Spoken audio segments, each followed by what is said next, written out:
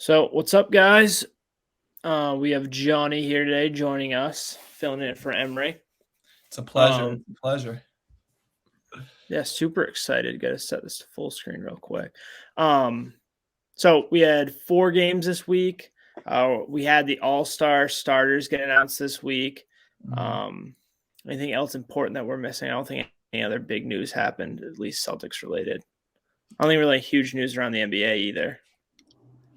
For New England related, there was the weird Brady fake retiring. Yeah, I know. That was a source off. I really hope he plays another year just out of spite that he didn't announce the retirement. Yeah, I wouldn't put it past him. I had a few buddies getting pretty salty that I didn't sign a 10-day to end as a Pat, so we'll see how that plays out as well. Yeah, and that's the crazy thing is like you saw it was a fake report, but then I also saw a report about the fake report that like, oh yeah, he's gonna sign a 1-day contract before he retires. So that was like another weird thing, whereas like you're getting these other people saying these things about the retirement, even though the retirement wasn't true. So it was like very hard to follow. Yeah. Like there's a lot going on, all within a couple of hours. That was crazy just to see like the media snowball effect. It was like one thing, another. Probably 100 of the top-rated media outlets falsely reported just out of like FOMO, not being the first to report on it. Yeah, everyone was like posting stuff about it. You see these pictures, yeah. I'm guilty of a story. Yeah, but so this week, we can just kind of run through the games real quick. I know we're probably gonna spend quite a bit of time on starters. You got a dog in the background there? Yeah. Nice. Timber. There we go. Yeah, so 3-1 on the week. Yeah, it was a good week. I mean, this team's just so weird all the time. It was pretty up and down where it looked like we were like one of the best teams on the planet the first couple games or the first 2 games, and then even last night we played really well to close it out. But that Hawks game was not very pretty. Yeah, that was an ugly one. But starting in Washington, Tatum with 51. I saw a couple insane stats. One, we're the only team with 2 players with a 50-burger. 2, Tatum has the most 50-burgers in the last either 2 or 3 years at 5, and Steph was at, I think, 2 or 3. I saw that. I know there was 3. There was one more crazy 50 stat. I got a little something for myself this week. These last 4 games, Tatum's been averaging 37, 7 rebounds, and 6 assists on 57 field goal percentage and 45 from 3, which is just absurd. Yeah, and I feel like he goes on this run like every year, like right before the All-Star reserves get announced. Because I remember a couple years ago, the year he made his first All-Star team, like he and Jalen were like playing almost dead even. And then Tatum had this like huge like 2-week like run that he just was absolutely like going off on. And so I feel like he does it every year. Like he realizes like the All-Star game is getting close, and he's like, okay, well, I believe the coaches pick the reserve. So he was like, I need to put on a show, kind of boost my numbers a little bit. So I think he's doing that again this year. It's that time of the year. It seems like he always pops off, but yeah. No, I mean, I saw a stat with Jalen too. Like Jalen's put up some crazy numbers over that same span as well. So both of them are playing at their best. Yeah, I mean, we just going back to the Wizards game, we kind of talked about how I felt like he always does well against the Wizards just because of the whole Bradley Beal thing. He also was like atrocious from 3 going to that. So that just going back to some of our bets that we hit, Tatum over threes easily hit. Yeah, Tatum over on 3s hit, which me and Matt Graham both had. Celtics minus 2.5 hit that I think me, you, and Matt all had. Yeah, it's weird. Okay, I don't like saying Matt. The Rob Williams points, rebounds, assists, I think missed by like I think it was 20. He was at 21 and he needed 22.5. So I think he just missed that. And Emery was 0 for 2 on his picks. He had Kuzma's over points at 16.5 and Harrell's 11.5. I think they combined to score like 14 or something like that. So they had a rough go. I think Tatum was 3 for 3 from 3 in like the first 5 minutes of the game, and it was over 2.5. So that was a nice stress-free winner. Yeah, I think Rob was at like 21 points, rebounds, and assists for like the whole like last quarter. Like I think he was like at like 20 with like a quarter to go, and they pulled the starters early because they started to pull away. But that was such a necessary win too. I know it was on the last podcast, but that Portland game was just so hard to watch. They're coming back with that Tatum statement and huge win felt good. They needed that one. Yeah. So really not a ton to touch on. Nobody looked incredible from Washington. At all kind of the performances, but Optia with 13. He's kind of a cool young guy. But the Kings game was pretty crazy. Yeah, just like the number, like just the sheer numbers that the Celtics were able to put up, like just the counting numbers. I think this was a game Tatum and Jalen both had 30, 40, right? No, 30 for Jalen, 36 for Tatum. Am I going crazy? 10 rebounds for JB too. Yeah, and so 30 and 10. Yeah, 30 and 10 for Jalen. 36, there 4 was and 6. A few crazy scores in the first quarter. Like I don't remember exactly, but I want to say like 27-4 or something. Yeah, it was like 33-7 at one point, I think too. Like it was like it was a massive lead and just never went away.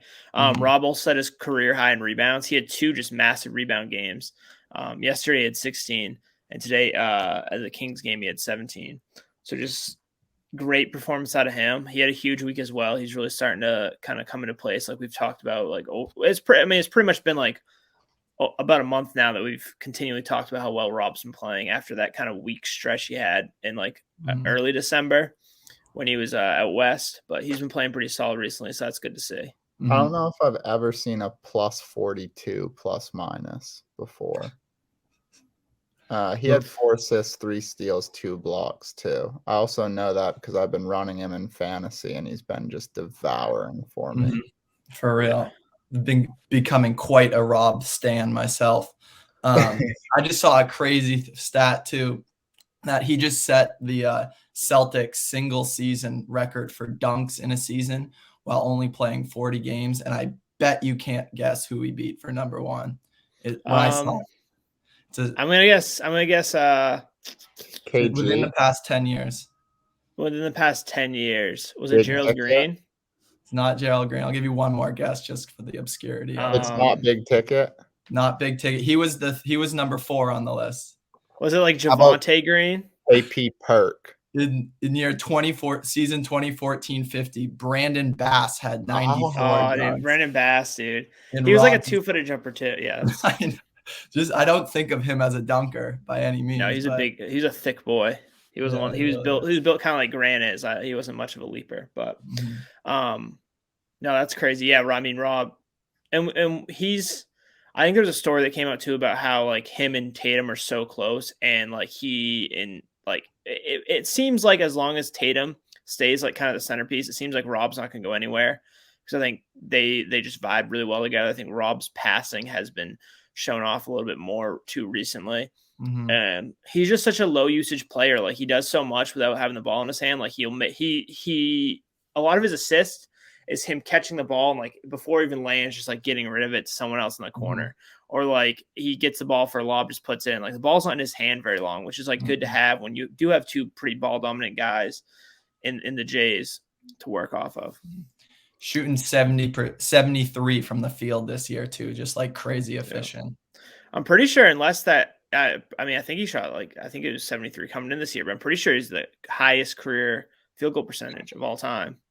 I was going to say, pretty solidified that he's just going to be like a career 70 plus field goal percentage guy, which is just crazy. I mean, maybe at the end of his career, he might start tailing off when he starts losing some of the athleticism, but I mean, at this point, just on that relationship with Tatum, you were saying, I think he made some statement to the media like about how he loved playing with Rob. So he's kind of under his coat wing right now. I don't know if you guys saw, I think it was the Wizards game. It might have been Kings actually. Yeah, it was Kings, but there were some awesome pictures of the Jays and Rob like cracking up on the bench. I don't know if you guys saw those. Yeah, I mean, and I've heard a lot of people talking about it as well. Like, he's just become like he's our third, I think, centerpiece, like ahead of I think Smart now. Like, I think it's way more likely we move Smart as opposed to Rob. Like, I think Rob's trade values, the highest. I think his value to the team is the highest right now outside of the Jays. I totally agree. I would not want to move Rob for anything. And you both just touched on it, but the perfect third to that 2-ball dominant set that you want as your doesn't need the ball to be effective type of player. Yeah. I want to say like Rob's offensive rating is like something crazy high when like he and Jason, like something like 140 like offensive rating, like something just like bonkers when he's on the court, because they just play so well off him. I think I've just been noticing they've been running more pick and rolls, it seems like, with Tatum and Rob, which is just they roll him. He doesn't always catch the lob, but sometimes he'll catch it, and then they have him making the decisions in like kind of in the post, and he seems to do pretty well with that as well. So there's utilizing him more and more offensively, and I think he's come so far defensively, just from going to a guy that just is going to be jumping and trying to block shots and getting a lot of fouls to being like a pretty good defender overall, like one of the better, just a plus defender, which is huge. Even when he's not making the blocks, he's affecting shots. His court awareness this year on both ends of the floor has just gone up so much. But all right, let's move on to Atlanta, the one kind of ugly part of the week. Yeah, that was just an ugly offensive game. So lost 108-92. It was just like, it was not pretty offensively. Like, they put up decent numbers, like 26-4, and then 26-12-3. But neither one of them shot the ball very well. I mean, no one did except for Smart, which was this was his first game back, right? Or is he back the previous one? Yeah, I think this was his first game back.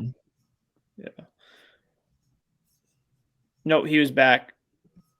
He was back for the Kings game. He just didn't score a point. But no, Smart was the only one that really shot the ball well in this game. Not too much to take from it. What's something weird is, like, obviously the Hawks are right around the same like tier of team that we are. But since trading Cam Reddish, I believe, unless they played last night, they were 6-0 after the Celtics victory. So I don't know. Like, this team's just so streaky. We saw it last year once they fired Lloyd Pierce. Like, they went on that crazy run, like, to end the season where they won like 75% of their games. I don't know. Maybe Cam Reddish was just like bad vibes, and getting him off the team just like turn them back into that team we saw make the Eastern Conference Finals last year. Yeah. He went to New York, right? Yeah, they got back. The only, I think, player to note they got back was Kevin Knox, but I don't think he's playing at all for him. A person in that game who played well for Atlanta, who I know Nolan and I have been fans of for a while, was John Collins, with just a quiet 21 and 9 rebounds. Just that man has been athletic and very smart with the ball since entering the league. I feel just each year he's been getting better at what he does. Yeah, it's a weird one because it seems like they don't like. I keep hearing things like he and Trey don't like each other very much, which seems so odd, and they want to move on from John Collins, and it's just so confusing because he's just so good, and like he's one, like, he had a lesser role these past 2 years just offensively because they added like all those wing like shot creators, shooters. And he's just been fine. He's just been the same type of player. Like, he's just been super efficient. He's been a guy that can shoot the 3 as a big man. He's a guy that can play the 4, the 5. Just super valuable. Like, I don't know why it seems like Atlanta's always trying to like ship him out. I really liked him at Wake. I don't remember why I watched a game. I might have been like on my college tours or something.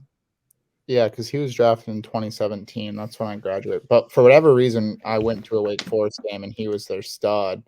And I liked him ever since. And he went 19th. I remember that year wishing that the C's. I don't remember what their spot was. But, yeah, he was a bit of a sleeper. Yeah. Well, he was one. He didn't shoot threes in college, I don't believe. I think he was one of the ones that like didn't start till like he got to like the NBA, which is like a big part of his game now and why he's so valuable, like being able to stretch the floor as a big man. Totally. But yeah, that was We used to always say that he was one of the cards we thought, the rookie cards that would all go up in value. But I guess even though in our eyes he is, it doesn't seem like he's caught, like you said, as much hype or love from everyone else as we thought he potentially could have. Yeah. I think the move Atlanta needs to make, which is going to be tough because they just re-signed Capella, would be to move off Capella and just use Collins as like their center and like just free him up more minutes. And just more opportunity for him to play the 4 or the 5. And I know Kongwu was playing well for them as well. So it's a weird situation because they re-signed him because Capella was so good defensively for them, and now he's like looks like he's like falling off a cliff, and looks like he's already starting to regress a little bit. So it's gonna be tough to move him now that he's shown that regression, unless they attach a bunch of first-round picks and sell him to like Houston or sell him back to Houston or like Oklahoma City or Detroit or something like that. Yeah. All right, so last game of the week last night, beat the Pelicans by 10.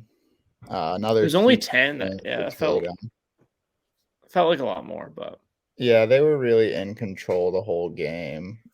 They cut it. They went on a run in like the third, and then I think the fourth quarter they extended to like 20, and then they put the subs in. And I think the subs. Yeah, they were up 18 at the half. Pelicans cut it to 8 by the third, and then they kind of just coasted and subbed in, like you said. But Tatum with 38, 8, and 7. I mean, that's just a massive game. I think about 4 for 13 from 3, so he really probably could have had another one of those 50 burgers. I think this game though, like every single starter pretty much played the ideal role like perfectly. Al just played defense. He didn't really do much like statistically, but he just kind of did his thing. Smart was an incredible facilitator. Rob, I think, had 4 blocks and grabbed 16 rebounds, like I said earlier. And then Tatum and Jalen did like all the scoring. So that was huge. And I think that was very, very good to see. It seems like they're really starting to come together as a unit now that they're finally all back together and healthy. Mm-hmm. Smart with 5 points, 3 rebounds, and like you said, great facilitation and 12 assists. And I think that's like more of the stat line that we want to be seeing out of Marcus, especially with these young guys developing their shot and really becoming elite scorers. Just more movement, less of those come on Marcus shots, and more of that passing, because he can pass. There's no doubt about that. It's just sometimes about his shot selection. Yeah, I think he should be aiming for like under 10 shots a game, like ideally, unless he's feeling himself. I think he should aim for like, I don't know, like a 7 to 9 shots a game range. Just kind of take them when you're open if they're just absolutely giving it to you, but really look for the Jays. And I think the ball movement was just overall really good. I think just once again, having Rob, having Al, guys that can facilitate. I mean, all those guys are at least decent facilitators for their position. So that starting unit looked really good. I know he might be stunting some of our young guys' growth, but I still really like Richardson. Yeah, he's played fantastic. He's played huge. He came off the bench with 10, hit 2 triples. But he's just one of those guys that can get a bucket, and with this offense that can sometimes feel so stagnant, it's like, get fucking Richardson in. Like, let's just get a decent look at the hoop. Obviously not recently, but yeah, I'm still a big fan of Richardson. I'm liking that pickup more and more. Yeah. I'm more okay with, like, Schroeder just doesn't fit, where it's like Richardson's like, I mean, I don't know if next year he's going to shoot like he has this year, but just his ability to like be a reliable shooter to this point, be able to create his own shot, be able to be kind of fit in seamlessly. He can play a bunch of different positions. He defends at a high level. Like, just having that guy on the team is just very helpful. And I don't think that he's as much stunning the growth as opposed to Schroeder, which I think like doesn't really help the team as much with what he does, because he's a smaller point guard. When he's on the court, he needs the ball in his hand. So yeah, I really like Richardson. Like, I would be completely okay with it. I've kind of tailed off this. Like, I'd be okay if we just kept him next year, if we were able to make some more moves to upgrade the team, if we just kept Richardson as like a backup wing. Yeah, I wouldn't mind re-signing him either. I don't think that should. Well, we already have him for another year. We re-signed him this offseason. Yeah. Okay. So, okay. And now we have our all-star reserves. All right, quick break in the action before all-stars. UNCW 11 wins straight, 8-0 in the CAA, 1 seed, and they just knocked off Hofstra at home last night. Zane and I went to the game. The place was packed. It was just the best environment I've ever seen. So shout out Seahawks. The CAA is buzzing this year. Look for them in March. Shout out Jack Monty. Shout out Jack Monty. It was nuts. So they actually got down like 12 early. It was looking bad, and they just absolutely roared back. They go. They're a good team. I was very entertained with the game that I watched. I'm gonna share my screen for a second and just pull up the not necessarily the starters, but the leading vote getters. Mm-hmm. Okay.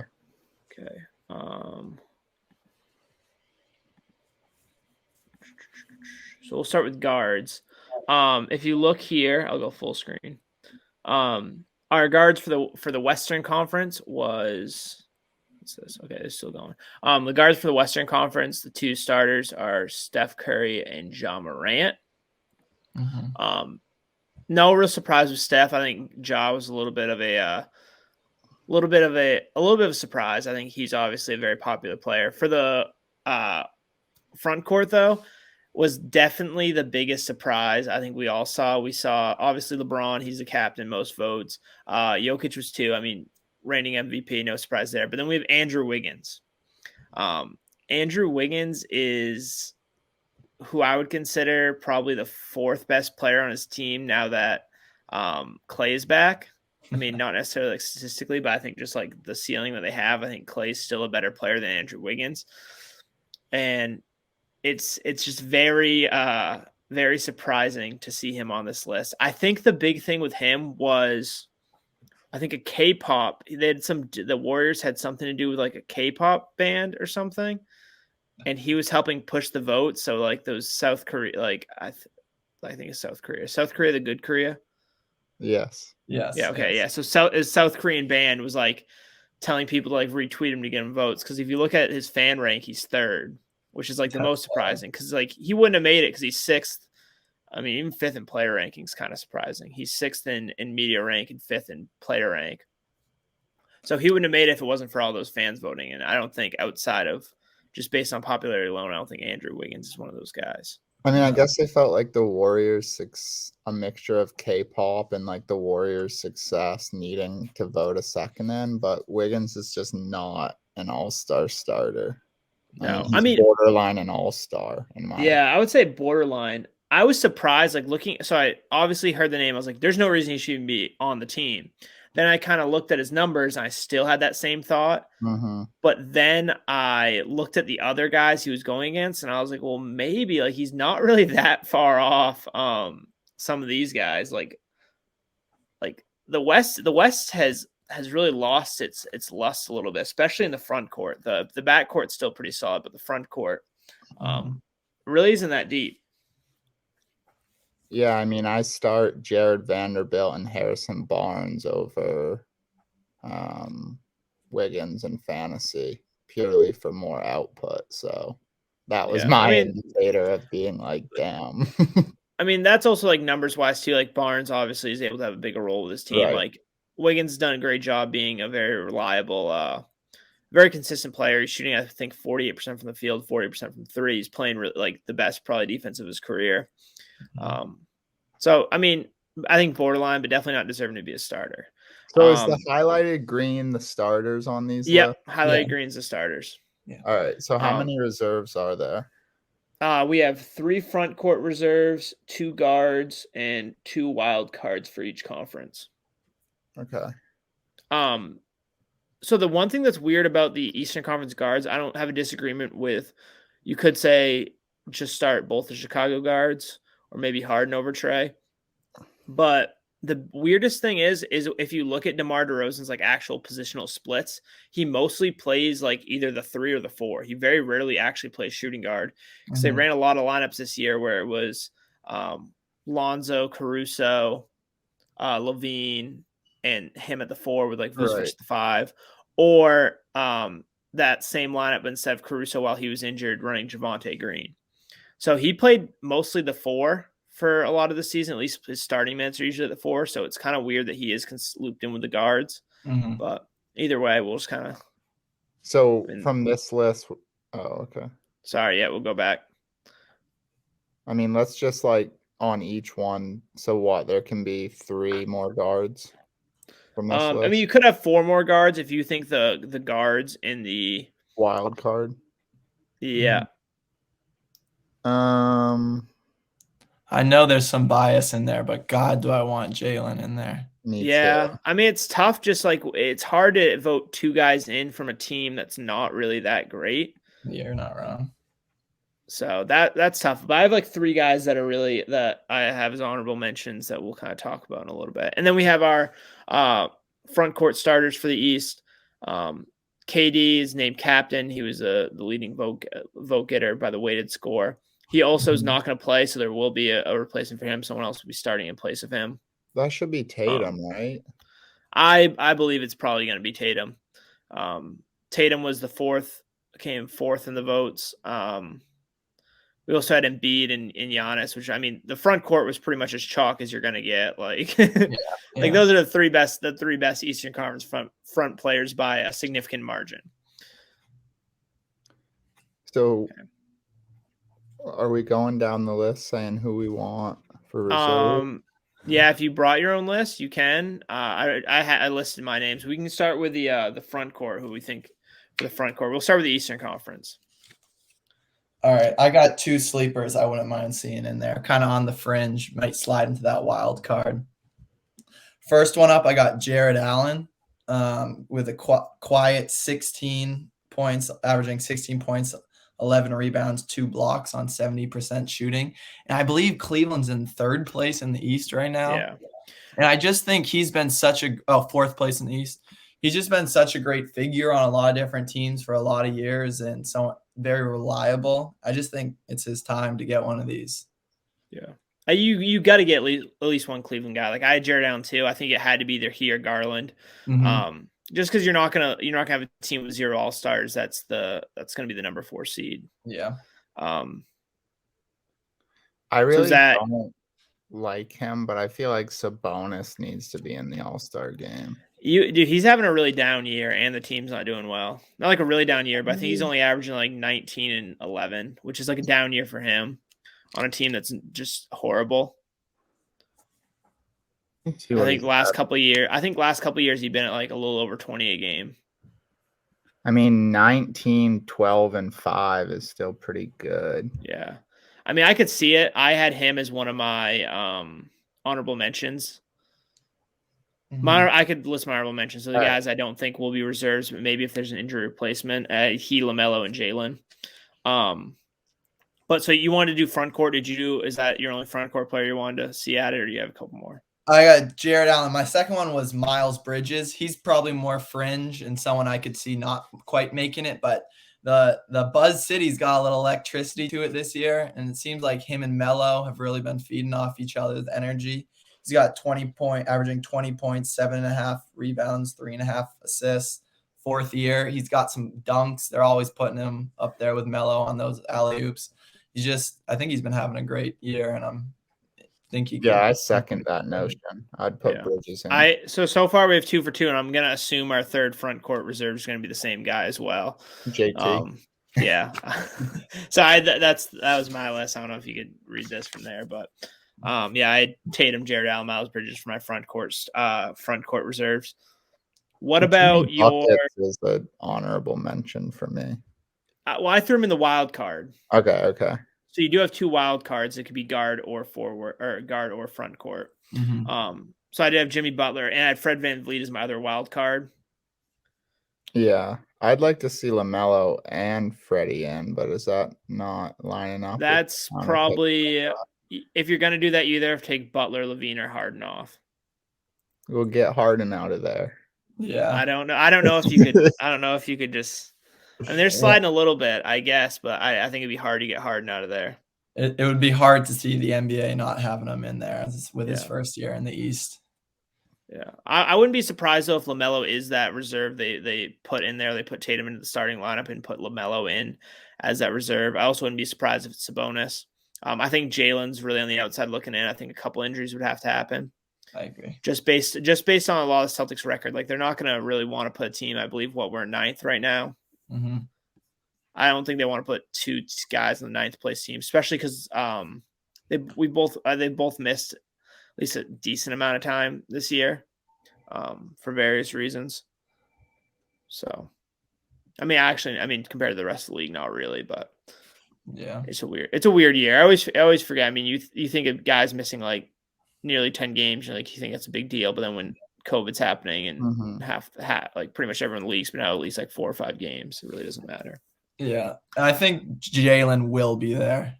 This isn't like his, oh shit, he didn't make it. We're not. This is it. Did he get in last year? He did, right? Yeah. Yeah. Okay, so he's got an appearance at least. Yeah, which is good. Mm-hmm. Once you get your foot in the door, it definitely helps. Mm-hmm. And then my two guards, like I said, Levine and Butler. I don't think or Levine and Harden, excuse me. There's no way you can. Zach LaVine's not making this team. The Bulls have been a wagon this year, and it's been mostly DeRozan and Levine. They've been huge this year. And Caruso. I mean, he's injured again. Grayson Allen, that dirty player. But he's been beasting when he's out there. But yeah, I mean, I liked watching him. I was like, dude, that was a steal of a pickup for the Bulls. Mm-hmm. But yeah, It sucks. I think he broke his wrist, so he's probably gonna be done for. I gotta imagine the rest of the season. Yeah, I didn't pretty late into it. Yeah, that's tough. It was on a flagrant foul by Grayson Allen, just like a known dirty player, and Grayson Allen got 1 game. But yeah, I hate that, man. That's messed up. So, did you guys have anyone different for your guards or your? I mean, we kind of talked about LaMelo. You guys said LaMelo, right? That you guys had them in. I'm not a Harden fan, so I had Levine and Melo as mine too. I mean, that's fair. Yeah, but I think Harden probably will find his way in there. Yeah, it's hard to get a guy, especially as many times as him, not to get put in. Okay, so now we have our Western Conference. Just a reminder, we have LeBron, Jokic, Wiggins, Curry, and Ja. You want to start with front court, wild card, or guard? Let's do guard because DeJounte Murray needs to get in there. Yep. So I had him as my wild card. Dude, he is going crazy. He is, dude. But the West is like I mentioned the forward position's a little weak this year. The guard position's very strong. Mm-hmm. Just listening, both my wild cards are guards, CP3 and DeJounte. Then I have Booker and Luka. Like it's gonna be hard. You can't really not have Devin Booker and Luka on the squad. So that left Donovan Mitchell out, which I think he'd be the first injury replacement. But yeah, so I got Booker, Luka, CP3, and DeJounte. I could not leave DeJounte out. Could Luka have been in Wiggins' spot? I don't know, because it's like positionally, like what is Luka considered? He's one of those weird players. I think he gets listed most time positionally as a point guard, even though he's like defending usually the other teams, like small forwards and obviously the size. Yeah, it's weird because like we said, like I don't like DeRozan doesn't actually play guard. He plays the forward. So I don't know why you couldn't just like flip it for Luka just to make the team look a little bit better than have Luka in there instead of Wiggins. But I would honestly put DeJounte and Luka in and then have Booker as my reserve. But, I mean, they're all deserving. Yeah. I don't think it really matters too much. It was just kind of how I was doing. I was looking and I was like, okay, who do I like more out of the Suns guards? And I was like, I guess I like Booker more. And then I kind of went to the wild card and I was like, well, I guess I'm going 2 guards again. Yeah, DeJounte's putting up some bonkers numbers. Like I think he's like 19, 9, and 9. That's exact on 44 from the field. Yeah, I'm like I was about to say, good efficiency and like lockdown defense. Like he's just been incredible. Totally. So that leaves us with our forwards. The forwards are all really big. I think the only 3 guys I could really justify putting in. I kind of thought about Brandon Ingram, but I really wound up going with Gobert, Cat, and AD. Yeah. I'm with Gobert and Cat. I could hear the argument. I could hear the argument for if you wanted Brandon Ingram over AD. I want to argue for Nurk. I don't think you're winning that argument. I know. What is he averaging this year? Is he averaging like 14 and 12? 11? Yeah. So That's not getting in, dude. When your team's I know not doing so hot, but. So who did you say? I agree. Gobert and Cat for sure. And then AD was my third. Is there someone better to put in than AD? It was tough, dude. Like I said, like I looked at Brandon Ingram, but AD was averaging more points, obviously more rebounds, and AD's shooting terrible from 3, but he isn't really taking very many, so it really doesn't matter like a whole lot. And obviously the Lakers are better than the Pelicans, but I mean, I guess if you really want to, Brandon Ingram's also played like 7 more games. So I mean, maybe you could make the argument for there. I think there was another one that Mikal Bridges, maybe if you want to put a third son on the list. Val is putting up 18 and 12. I mean, yeah, if you want to put Valanciunas in. I kind of do. I mean, yeah. I mean, where are the Grizzlies right now in the West? Do you have that right in front of you? Yeah. Yeah, but Val's on the Pellies now. Oh, right. Yeah. So he's not getting any help from being on a good team. Dude. Yeah, no. So now he's getting his vote split with him and Brandon Ingram as well. No, Val and Nurk are kind of the same breed of players. But yeah, I really like them both though. Yeah. So who else has been good for the Grizz? Hasn't like Bane had a real? I mean, I know he's been huge. Yeah, he's not all-star level. Jaren Jackson Jr. is probably a guy you could maybe lump in there. Maybe a little bit of a stretch, but he's played really well. He's been huge for him. Mm-hmm. I certainly don't want Kristaps in there. No, I mean, I think he's very deserving. One person I had on my wild card who I don't think is gonna come close to making it, considering it seems like the guards in the West might be the hardest one to make it of all 4 of the categories. But I love watching Ant play out for Minnesota. There's something just about like bringing some electricity to a bad team or like a flat team that I just think is undervalued sometimes. And he just because he's on that team, he makes me want to watch Timberwolves games occasionally. He's very cool. Mm-hmm, totally. He's a very cool guy. I think I want it to be next year for him. I had a brief thought, but I was like, I don't know. Like they're already getting Cat. I was about to say if Cat's there, crazy numbers. Mm-hmm. Like you said, like it's just that the West guards are pretty loaded as opposed to the West front court. Yeah. Which is thin because like I would probably want to have Draymond on there over AD just because of the value Draymond brings and team success. But I think Draymond's already been cleared out for the All-Star, like past the All-Star break. So I don't think he's gonna be playing. So there's no point to put him in. Paul George, I think same thing. So it really just was kind of like, I guess I'm throwing AD in there. But you guys got any thoughts on the football games today? I think Chiefs are gonna cover and just of course win outright. I don't know. I think the Burrow bubble is gonna have to pop. Like he's played incredible this entire time, but I think it's not even gonna be his fault. I think his offensive line is gonna be just so bad, and he's not gonna have the luck he had last week. Mm-hmm. Yeah, likewise. I'm pulling for Bengals, but it's feeling unlikely. And I'm gonna go Niners on the other side. I kind of like Niners too. I think they got a shot. I just love Debo. I'm cheering for both the underdogs, but I kind of agree that Burrow's time might be waning.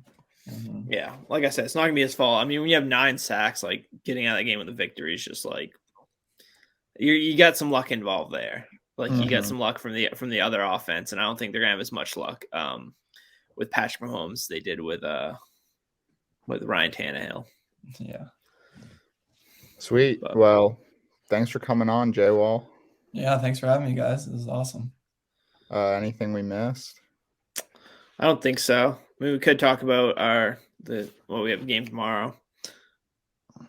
Let me see if a line's out real quick. Yeah, between the Heat. The Heat are sneaky. Like they snuck into, I think they're still the 1 seed. They kind of did that with like all their stars out. Oh, for sure, we should be an underdog. Is it on the road?